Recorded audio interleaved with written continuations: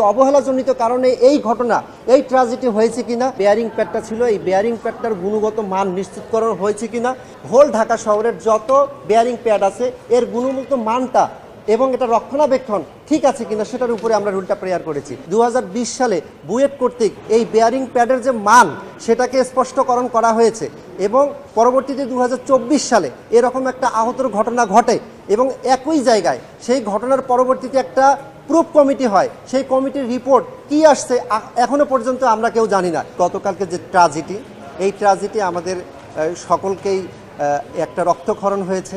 আমরা রিটে যেটা চেয়েছি, আমাদের রুলে 3টা বিষয় আমরা চেয়েছি।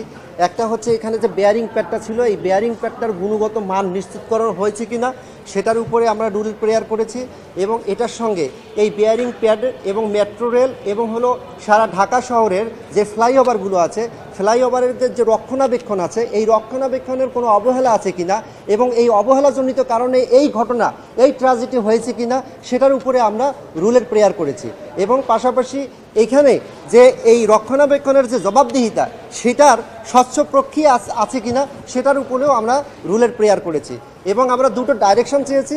একটা হলো ইতিপূর্বে আপনারা জেনে থাকবেন 2020 সালে বুয়েট কর্তৃক এই বেয়ারিং প্যাডের যে মান সেটাকে স্পষ্টকরণ করা হয়েছে এবং পরবর্তীতে 2024 সালে এরকম একটা আহতর ঘটনা ঘটে এবং একই জায়গায় সেই ঘটনার পরবর্তীতে একটা প্রুফ কমিটি হয়। সেই কমিটির রিপোর্ট কি আসছে এখনো পর্যন্ত আমরা কেউ জানি না। সেই রিপোর্টটা কোর্টের সামনে সাবমিট করার জন্য আমরা ডাইরেকশন চেয়েছি এবং আমাদের এই ঘটনা গতকালকের যে ঘটনা সেটার সঙ্গে অবহেলা আছে কিনা সেটার উপরে আমরা ডাইরেকশন চেয়েছি। ওই তদন্তের সঙ্গে আমাদের রিট পিটিশনের কোনো সম্পর্ক নাই। কারণ হলো আমরা এখানে কোনো কম্পেনসেশন ক্লেম করিনি। আমরা এখানে কোনো একটা পার্টিকুলার পিলারকে আমরা এখানে প্রুফ কমিটিতে নিয়ে আসিনি। আমরা হোল ঢাকা শহরের যত বেয়ারিং প্যাড আছে এর গুণগত মানটা এবং এটা রক্ষণাবেক্ষণ ঠিক আছে কিনা সেটার উপরে আমরা রুলটা প্রেয়ার করেছি। এটা শুধু একদিনের না, এটা যেন সবসময় এটা হয়ে থাকে। জি, সেটার অবহেলা আছে কিনা সেটার উপরে আমরা ডাইরেকশন চেয়েছি। একটা প্রুফ কমিটি থাকবে এবং সেই কমিটির রিপোর্টটা 15 দিনের মধ্যে যেন কোর্টে দেওয়া হয় এরকম আমরা একটা ডাইরেকশন চেয়েছি। সেইটাই আমরা ওই সময় যে কমিটিটা গঠন করা হয়েছে সেটা এখনও এই রিপোর্টটা কি সাবমিট হয়েছে এবং সেখানে কি তথ্য তারা পেয়েছে সেটাও আমরা এখানে ডাইরেকশনের মধ্যে নিয়ে আসছি। বিবাদী এখানে 4 জনকে আমরা করেছি। একজন সচিব সড়ক ও সেতু বিভাগ, এখানে আমরা 4 জনকে করেছি। Government of the people's republic of Bangladesh representative secretary ministry of road transport and bridge Bangladesh secretary Dhaka mass transit company limited, এখানে এমডি আসবে ম্যানেজিং ডাইরেক্টর। আর Dhaka transport coordination authority DTCA, এখানে এক্সিকিউটিভ ডাইরেক্টর আসবে যারা এটা দেখাশোনা করে। জি, গতকালকের যে এই একটা ট্র্যাজেডি সেটার উপরে আমি মনে করি যে আমার মতো সকলের মানুষের রক্তক্ষরণ হয়েছে, সেটার উপরে আমাদের পাবলিক ইন্টারেস্ট লিটিগেশনে আমরা এই রিট পিটিশনটা আজকে ফাইল করেছি এবং কোর্টের সামনে যখন আমরা নিয়ে এসেছি কোর্ট আমাদেরকে এটার পারমিশন দিয়েছে ফাইল করবার জন্য।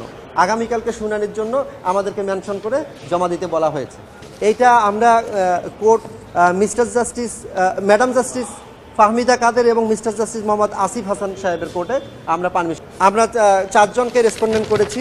এখানে সচিব সড়ক ও সেতু বিভাগ এবং managing director Dhaka mass transit company limited, Dhaka transport coordination authority executive director এবং ইতালিয়ান থাই ডেভেলপমেন্ট কর্পোরেশন লিমিটেডকেও আমরা এখানে পার্টি করেছি। জি, আমরা ডাইরেকশন চেয়েছি দুটো বিষয়ে। একটা বিষয় হলো এর আগে যে কমিটিটা গঠন করা হয়েছে যেখানে আহতর বিষয়টা ছিল 2024-এ, সেই কমিটির রিপোর্ট এখনও আমাদের সামনে আসেনি এবং কি তথ্য আসছে সেটা আমরা জানি না এবং এখানে কোনো অবহেলা হয়েছে কিনা সেটাও আমাদের কাছে অস্পষ্ট। জি, কম্পেনসেশনের বিষয়ে গতকালকে আমরা দেখেছি এটা কম্পেনসেশনটা অলরেডি অথরিটিকে বলা হয়েছে টাকা 5 লক্ষ টাকা দেওয়ার জন্য এবং সেটা internal policy of the department.